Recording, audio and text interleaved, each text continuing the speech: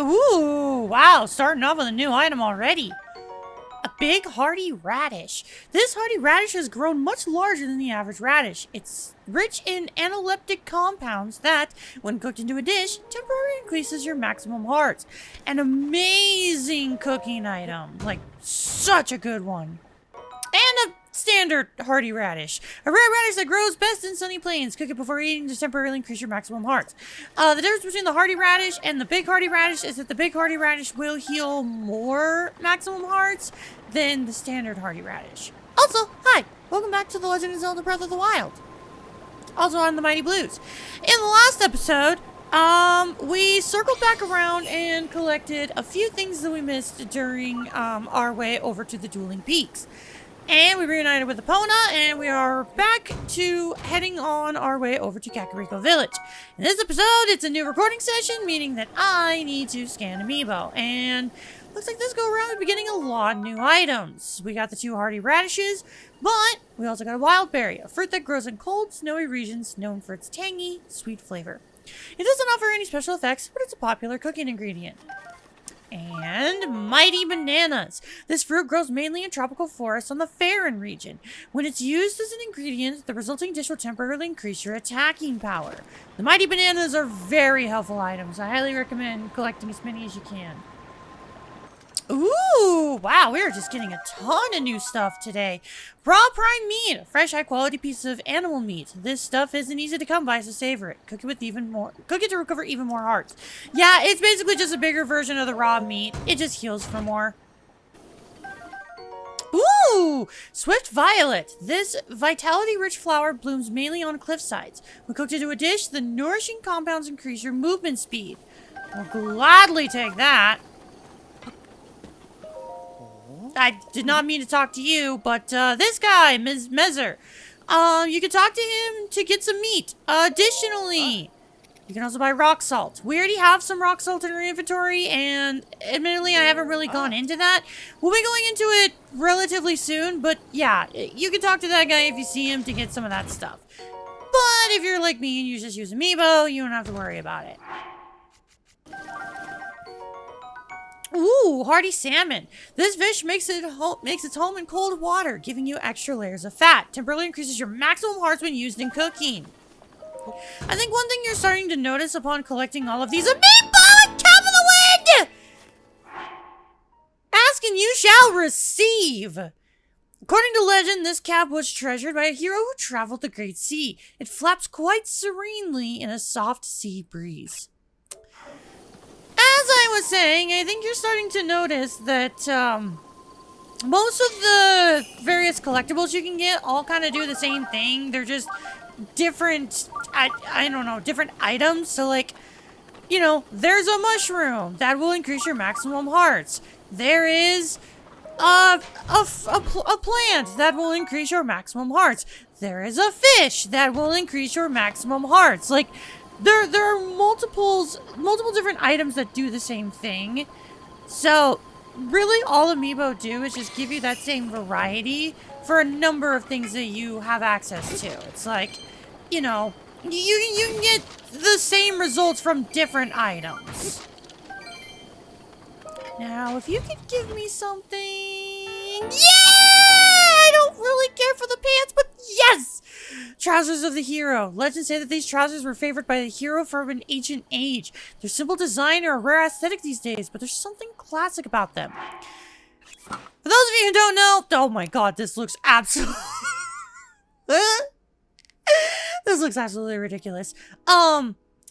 Yeah, for those of you who don't know, Zelda 1 is one of my favorite games ever. So obviously, once I get the entire Tunic of the Hero, I will probably be rocking that most of the time because, yeah, I really like Zelda 1. You know what? I'm actually gonna go for the Wind Waker outfit for the most part, other than Fierce Deity, because it makes sense. I'm going for Fierce Deity purely for the attack up. And also, Fierce Deity is cool, man. I'm a little sad that I never really made it that far in Majora's Mask. Like, listen, I'm gonna be completely honest. I one thing is, I really hope that I didn't piss off Ocarina of Time fans by saying I think Ocarina of Time is just okay. I am really going to piss off Majora's Mask fans because I genuinely don't like that game. I really don't like the time travel mechanic. That game frustrates me. Now, the last amiibo that I'm gonna scan is one that I've talked about before, but I want to talk about it here. I've talked about how if you scan both the Twilight Princess Link as well as the Smash Brothers Link amiibos, you can get Epona. We've gotten Epona already from the Twilight Princess Link, and I've mentioned that there's a near 100% chance of getting Epona from either amiibo. But what I haven't mentioned is that you can get Epona multiple times per save file. And how do you do that? Simple, just scan both amiibo. So we've already gotten Epona from Twilight Princess Link. Let's see if we can get it from Smash Brothers Link. Yeah, you're seeing that right. We now have 2 Eponas. I'm not joking. Both amiibo give you Epona. And yes, I'm about to show this off. Sorry first Epona. I'm gonna have to abandon you. And I just realized I did not open this chest. Oh, I did open this chest. I just don't want that. Yeah, so just like the first Epona, we have to register the second Epona in order to keep it in our, save file.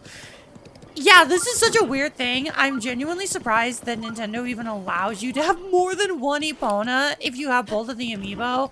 But it's something that I've wanted to show off because it is just so goofy.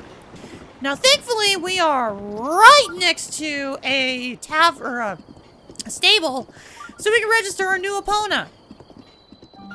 No, for those of you wondering, both Eponas have the exact same stats. They're the exact same horse. You can just have more than one.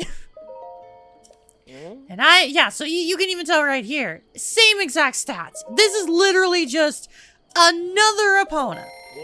So if you have both amiibo, you can have both amiibo, or you can have both Eponas. And you know what? I'm gonna board this horse. Now the real question is, do I still have... I do still have original Epona. It's gonna be really hard to differentiate the two. Epona, can you hear me from here? Holy crap, she can! That's amazing. Now with that said, completely skimmed over the fact that we have made it to a new shrine, or not a new shrine, a new stable, the Dueling Peaks stable.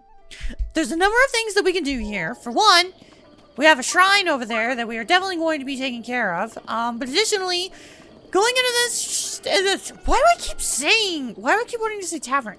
This stable, we have a number of side quests that we can now take care of.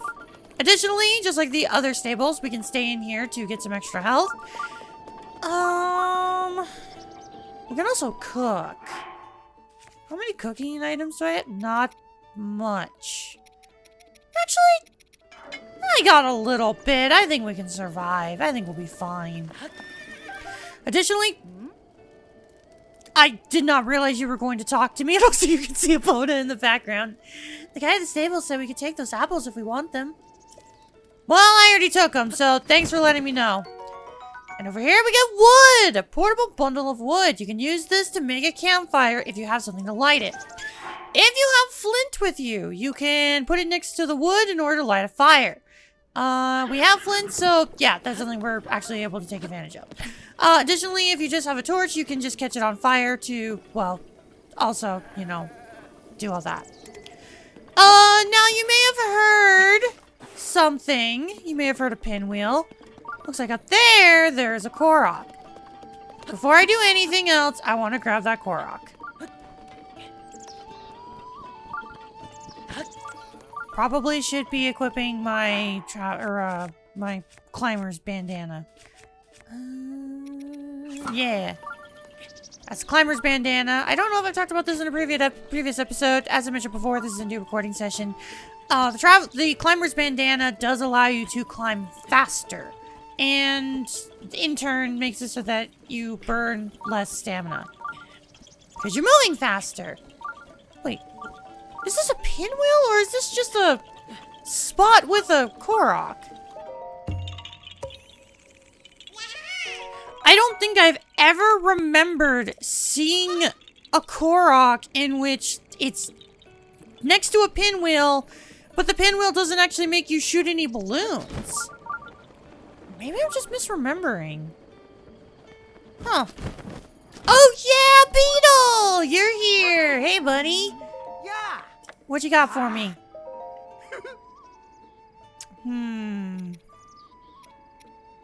Not much. He's got restless crickets, but like, those are really easy to come by. He's got a hot-footed frog. Those are also easy to come by, but I tend to not catch as many as I would like to. And he does have octo balloons. Octo balloons are really helpful. Wow! 60 rupees? Whatever. Yay! Octo balloons are helpful as they help us lift up rocks, so yeah, I'm gonna do that. Now, before I handle those side quests inside the stable, I want to do this shrine. Now, as you can tell, there are spikes that are surrounding the shrine, so it's gonna be a little bit difficult to get in here. But there are a number of ways of tackling it. For one, sneaky river snail. For one, there's this waterfall over here. So, and if you remember, we can use Cryonis to create these platforms. So if you want to climb all the way up there in order to glide down, you can. But the easiest way, and the way that I typically tend to go for, is if we go up here onto this ledge over here. For one, we can find an ore deposit that using our sledgehammer, we can break to get some nice stuff. But this is also the perfect height that we can glide down to get to our shrine. What shrine is this called again? Dahamar Shrine. I don't think I remember what you are. But to be honest, I don't remember what most of these shrines are.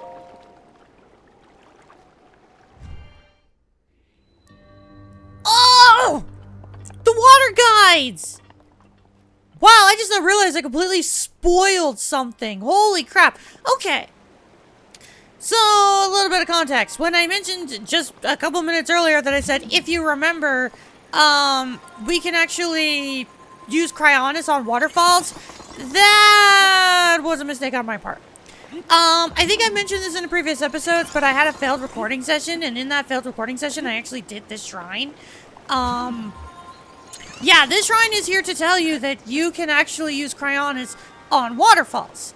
But I forgot about that, so, sorry for spoiling that.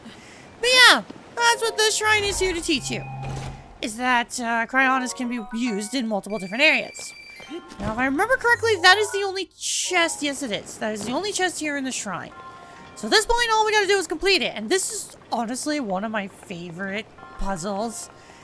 I know it's funny to say that because I actually kind of forgot that this was the shrine that I love so much. I don't remember their names. I just remember the puzzles. This one's so cool because we have a waterfall that allows us to create Cryonis pillars. What we have to do is we have to create a path that gets the ball down into the hole. Now, the first thing that I want to do is I want to put a Cryonis there. I want to put a Cryonis here. And then I believe I want to put one here. And then that should not stop the bolt or the rock. Let's try here. That also doesn't stop it. Okay, let's try putting you here. There we go! Holy crap, first try. Well, okay, wasn't really first try, but you get what I meant. Well, I almost just fell off the cliff by a complete accident. You know what? Forget it. I'm counting that as first try. That was great. Alrighty, now that we've taken care of that shrine, let's head back into the stable, as we got some 2 side quests that we can accept. Not entirely sure if we're going to be able to take care of them right now, but might as well accept them while we're here. Let's talk to you first. I've got the scoop on Misko's treasure, and it's great. Listen up, Dak. Oh. Prison, hang on. Hey, buddy, what's your problem? You aren't being incredibly rude. You aren't being incredibly rude and listening to our conversation, are you? We're treasure hunters on the trail of our latest score, the treasure of the great bandit Misko. It's as good as ours. Person, you're gonna give it all away. Sorry, Dak. I got carried away. Anyway, we're busy here, dude. If you need something, take it up with someone else. Okay. You again? Pay no mind to my little bro's chatter from before. He's got a penchant for running his mouth with crazy talk. So, Misko's treasure? Ah, shoot. Well, can't say I didn't try to throw him off. Hey, Dak, why don't we just tell him? Maybe he'll leave us alone if we do. I mean, if we can't figure this riddle out, there's no way someone like him will be able to. That's a good point. We're after nothing less than the treasure of Misko, the great bandit. Finding it would mean incredible riches. I'm not about to give this information away for free. I'm no fool. That's the keen sense of the strongest treasure hunter at work. No gold left behind. Not by Domadak. You're great, Dak. It'll be 100 rubies to learn what we know. Truth is, it'd be a steal to get this scoop for 1,000 rubies. What do you say? I don't believe we have any other option to not pay, so deal. Good deal. Way to go, Dak! You did it! The little twin steps over the little river. My cave rests above that river's source. Misko hid the location of the treasure in some kind of strange secret code. I heard this from a former dog walker of one of Misko's underlings' descendants' neighbor. What? That's so dumb. I heard this from a former dog walker of one of Misko's underlings' descendants' neighbors. As solid a lead as any. Just knowing someone with good intel like that, exactly what I'd expect from you, Dak. Oh my lord. So with that, we've obtained the side quest, Misko the Great Bandit. Now, let's see what our hint is. Treasure hunter Domadak in person accidentally hinted at a riddle that points to the location of great treasure hidden by Misko, the Great Bandit. The little twin steps over the little river. My cave rests above that river's source. It could be that finding this treasure will grant you riches beyond measure. I'm gonna accept this as our waypoint, even though I honestly have no idea if we are even able to do this right now. Because yeah, even looking at the waypoint doesn't tell you where you're supposed to go. It literally just tells you where the NPCs are that gave you this quest. One of those things about Breath of the Wild that makes completing side quests a little more cryptic than other games. And here I thought Xenoblade was cryptic at doing side quests. Now, one thing that I want to show off. Dogs are going to be here in various stables. You can actually feed them. If you feed them meat, they have a chance of showing you hidden treasures. But even if they don't have treasures to find, we can at least make them happy by feeding them. Unfortunately, you can't pet them. Oh!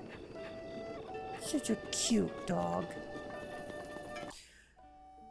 Now, looking at my guide, I believe that Misko's treasure is over here at the end of this river. You should be able to find a cave that has the treasure. So we're going to make our way over there. And one thing that I do want to go over while we cover this is, I know in previous Let's Plays that are very cryptic like this, I mean, i.e. Xenoblade, I've done a lot to show quest information as we go along because a lot of these quests can be cryptic. I'm actually not going to be doing that for Breath of the Wild. As I mentioned before, I really appreciate this game for being cryptic. And I want to keep that sense of cryptidness, crypticness as we play. So, for the sake of this Let's Play, I'm actually not going to be showing any, quest information on how to complete quests and all that. If we are able to complete a quest at the very moment, I would like to take care of it as soon as possible. And I would like to show things off from our direct map because, well, for me, that is the fun of Breath of the Wild, is being able to explore, just utilizing the tools that you have at your disposal and going from there. I know that may sound a little hypocritical considering the fact that I'm currently using a physical paper guide, or not a paper, well yeah, physical paper guide for, you know, our adventure, and I will also be using the internet. I'm doing that for the sake of consistency and making sure that I'm not wasting, you know, my and others' time. But, you know, I recommend, this is a very big way that I enjoy playing Zelda games. I did the same thing for Zelda 1 back when I did that Let's Play, God, no exaggeration, 5 years ago. I actually learned that just the other day. But it is something about this game that I really appreciate, and I want to keep that vibe. Xenoblade, I don't know, that game kind of deserves to have that information, you know, like, just displayed. Because that game can be difficult to understand. Really? My sleeve? Whatever. I'll take this rusty broadsword.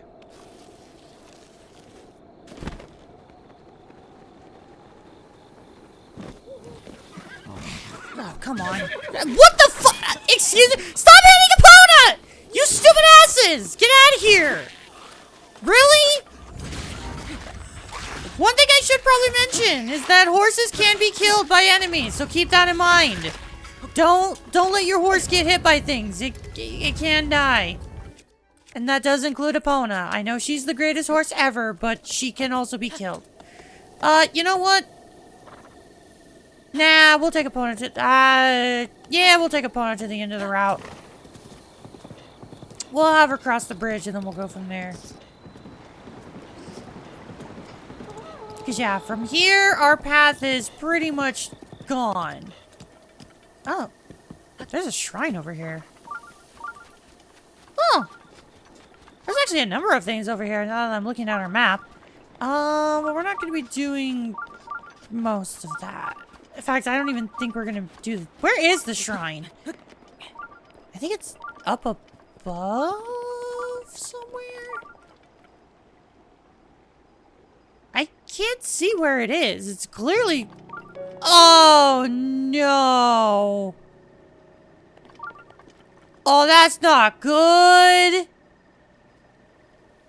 Okay, I'm not gonna explain what that is. I'm just gonna let the game explain it for itself when, the clock strikes midnight. But just know, that's a very dangerous thing.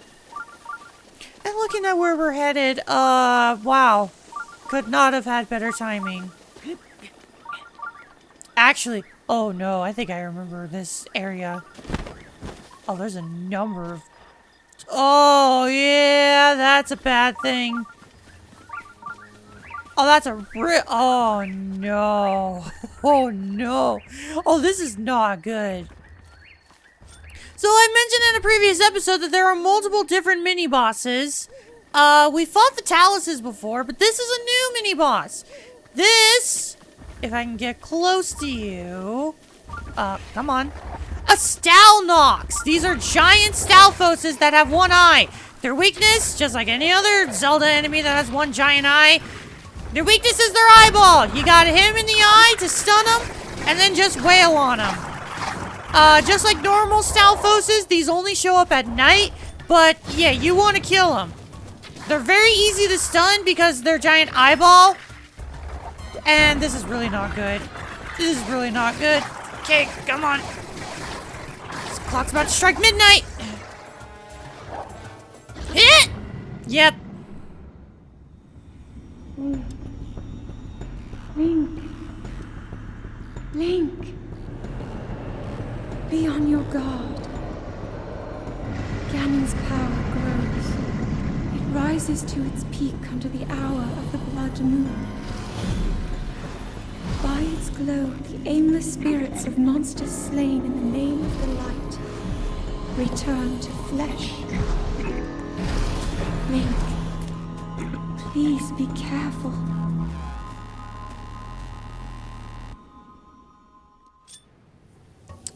So yeah, blood moons are a thing.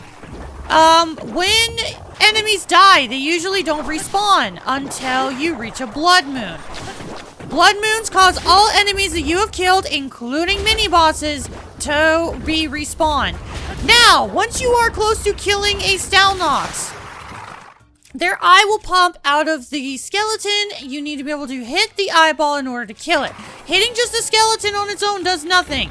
But you do need to damage the skeleton a certain amount of times in order to actually kill the eyeball. It's a little weird. It's a little wonky. Also, once you get to a certain point, the Stalnox will start to cover its eyeball. So keep that in mind. It's gonna... Did you just step on me? Yeah, it's gonna make it a little difficult to actually kill them. Oh boy. Alright, I think I gotta just go in with my strongest weapons. I think it's, you know, we're not playing around anymore. We're going in with the strongest weapons. Now, as far as I'm aware, Stalnoxes are not, they don't have any elemental weaknesses, so it's probably not worth it to use any elements against them, but going in with your strongest enemy, or your strongest items will probably be important. I would also recommend any sort of bows that can shoot multiple arrows would be helpful for easier stunning. Yeah, we're doing a lot better this go around. Also, is it still a blood moon out? Okay, well that's fine, because we didn't kill you before, so we don't have to worry about you respawning. Unless I accidentally kill you here. I don't actually know. Okay, come on, come on, come on, come on. Yeah! As long as I don't kill you before the blood moon, we should be fine. Thankfully, you can skip this cutscene. I don't know the exact button inputs, but the thing that I've learned is if you just press all of the face buttons at the same time and then, okay, come on, there we go. If you press all the face buttons at the same time and then, press plus, it should work. And with that, we have killed our first Stalnox. And for that, we get a Hinox tooth. Something that we haven't engaged with yet. A tooth obtained from a Hinox. It's so large, it's hard to believe it's a real tooth. It can be used to make elixirs. Giant boomerang! This massive boomerang requires two hands, usually used for hunting. It was modified to be used as a weapon. The blades on the inner curves make it a bit tricky to wield. Yeah, they're just bigger versions of normal boomerangs. Oh, this item. The Thunder Blade. A magical sword forged and refined by lightning from the Hyrule Hills. When the blade shines with a golden light, it will electrocute enemies struck by it. I love the elemental swords. So much so that, what's my weakest weapon? The Thunder Blade is more powerful. I'm gonna get rid of you. And the Knight's Halberd, a spear used by knights adept in mounted combat. The spearhead is modeled after an axe. I won't be taking you. Now that little creature over there, that is a Bloopy. They're little, like, bunny owl creatures that if you find them, try your best to be quiet and shoot them. As upon hitting them, they drop rupees. Now, if I remember correctly, Bloopies will show up anywhere near secret. So what we want to do is we want to throw a bomb, blow this up, because inside there's a treasure chest. And it's a purple rupee. I'll take it.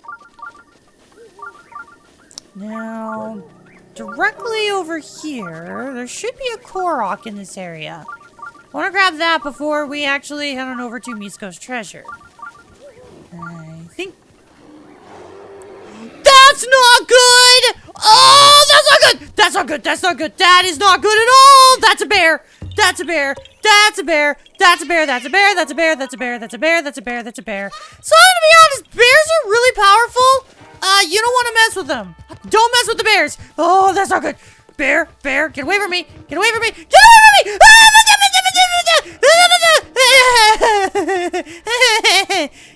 You can't get me, Mrs. Bear. You can't get me. I'm up in the tree, even though in real life bears can climb trees, so I wouldn't be safe. But it's fine. I have a very funny clip that I need to share when it comes to the bears. So while I was grabbing this exact Korok, I ran into the bear, but my dumbass thought it was a wonderful idea to try to attack the bear with a rock.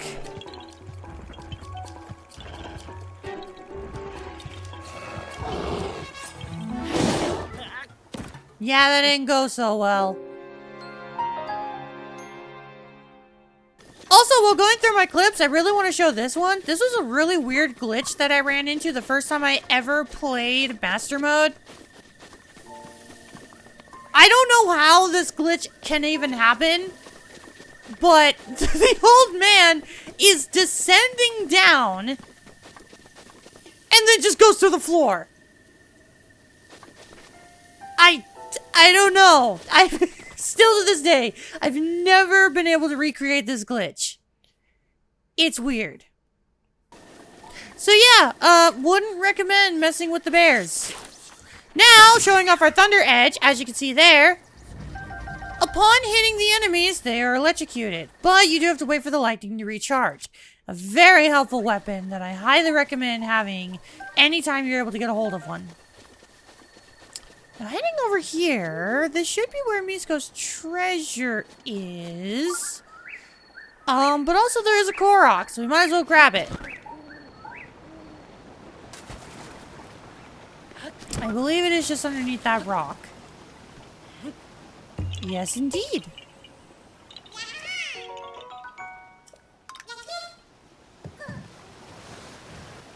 Now, if I remember correctly, we have to climb up there in order to get Misko's treasure. I could be wrong, but I think that is the case. Do I have anything to recover my stamina? I don't. Okay, this is going to prove to be difficult, but I think we can manage. And looking at my weather, it is about to rain. Okay, great timing. Guess we're going to have to be quick.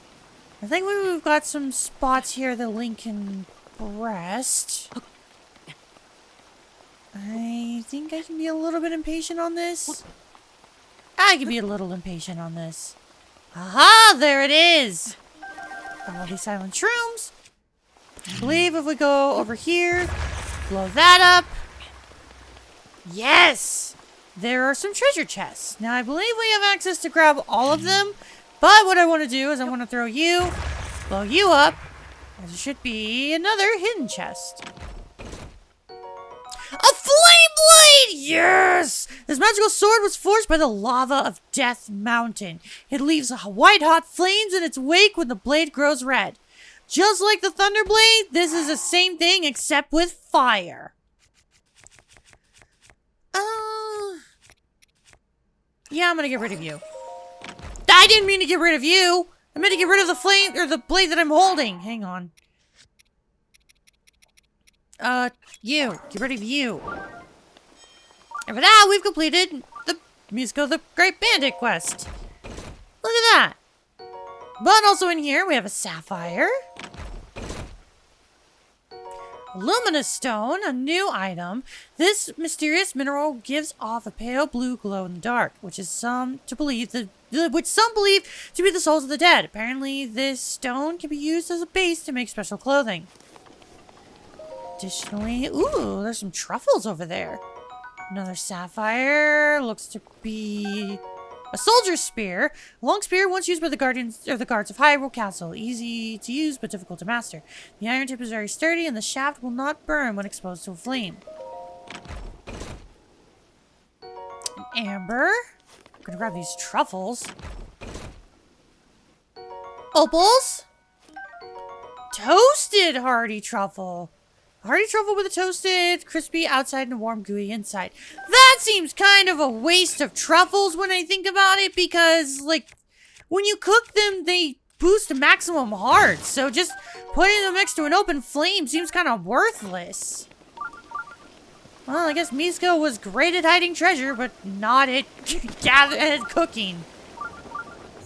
Now, upon completing Misko's treasure, at this point we've completed the side quest, but I want to head back to the brothers and see what they have anything to say.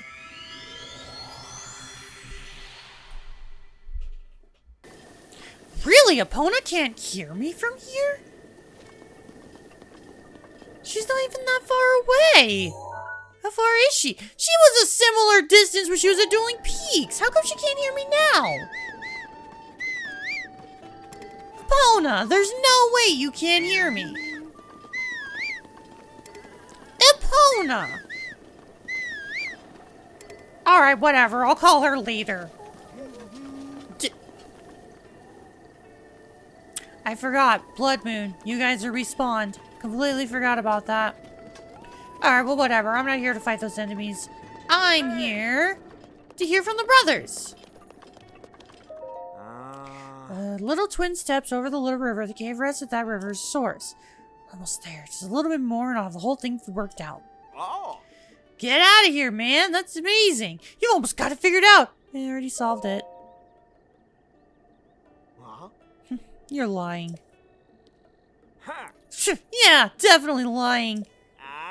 There's just no way a rookie like you could solve that puzzle before Dak. Not a chance. Tell this guy to beat it, Dak. Quiet, person. I'm trying to think. Ugh, I need a bit more time to solve this. Yeah, they don't seem too happy that we solved the riddle. Oh, we got some other characters. 1 spotted horse, 2 spotted horses. One color horsey, 2 one-color horsies. Alright, that's a little weird. I don't really feel the need to heal at all, but what I do need... I need you to give me directions. Welcome to the Dueling Peak Stable. What do you think of the place? Pretty nice, yeah? It might be hard to imagine now, but this place was nearly destroyed about 100 years ago. However, thanks to the blessing of Dueling Peaks, everything's full of life again. Even the wild horses are back. There's a lot of energy in this place. So where are you heading? Both Kakariko Village and Nintendo Village are nearby. Well, we're on our way to Kakariko, but let's hear more about it. Oh. Kakariko Village is the village where the Sheikah clan lives. It is said that some time ago, they had advanced techniques that were more powerful than anything anyone had seen. But that power put them at odds with the king at the time, and they were scattered across the land. Anyway, if you leave here and follow the road straight to the north, you'll find a big bridge. Cross that and keep following the path, and you'll come to the Kakariko Village gate. Leave it to Rensa to tell you about the roads around this area. Okay, well what about this Hateno Village? We've never heard of that before. Hateno Village is a village on the edge of Hyrule.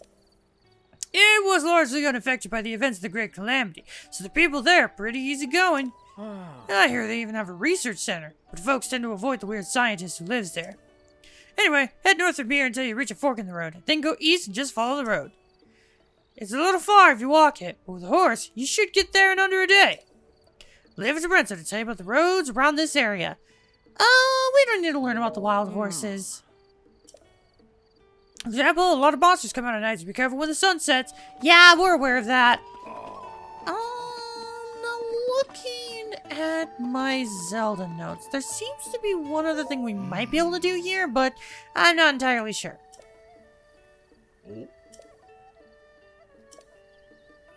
Doing research lately at night to figure out the mystery of the Blood Moon. Wow, we literally just saw one! That's amazing timing. Are you just pretending to know what I was talking about? No, we saw one. That's fine, as long as you'll listen to me now while I tell you about it. For 100 years now, every so often when the clock strikes midnight, the sky turns red and a full moon rises. At that moment, monsters that have been previously defeated will come back to life. And that's what is known as the Blood Moon. Do you know why do the monsters return to life? Why does it only happen when the sky turns red? No one really has the answers to those questions. It's a mysterious phenomenon. If you're learning anything about the Blood Moon as you travel, be sure to come back and tell me. Well, it doesn't seem like you have any quests assigned to you. Oh my god, you look adorable! Oh, I like her. Have you already seen the Spring of Wisdom? It is known that Princess Zelda visited the spring in prayer. I have a great deal of love and respect for her. Oh, your hair is adorable. I love it. Judging from my eyes, he's easy to get into the saddle. You're right, he's got eyes that just say that. Like nothing in this world matters to me except horses. That means we got ourselves a customer. Howdy, Mr. Man. Welcome to the Dueling Peak Stables. Or, welcome to the front of the Dueling Peak Stables, I guess. You really can tell just by looking into his eyes. Bro, his head's just filled with horse stuff, right? That's right, just look at his eyes. Right now in his head, it's all horses, horses, food, and horses, right? In that case, you should feel free to ask us anything about horses. Do you want to hear some tips to help you master your horse? Yay or nay? Oh my god. I didn't think of that joke, by the way. That's one of my dad's jokes. No, I'm actually fine. See ya. Bye-bye. Take care now. I could have sworn there's like a quest or something we gotta do. Hey. Well, while we're here, I might as well grab Epona, because I am gonna need her. Yeah, if you ever lose track of your horse, you can have these guys grab them for you. Ah. Hi. If your horse can't turn sharply, you're more likely to hit obstacles, so think before you ask your horse to sprint. Yeah, that's definitely some good advice. But, with that said, I think that's everything that we're going to take care of for today. We've seen what we can here at the stable. We took care of one of our first side quests. Got ourselves a few Koroks. I think we're making good progress. We also completed another shrine. So, next time on The Legend of Zelda Breath of the Wild, we continue making our way up to Kakariko Village, which probably means I should, activate my waypoint. And until then, I will see you all later. Goodbye!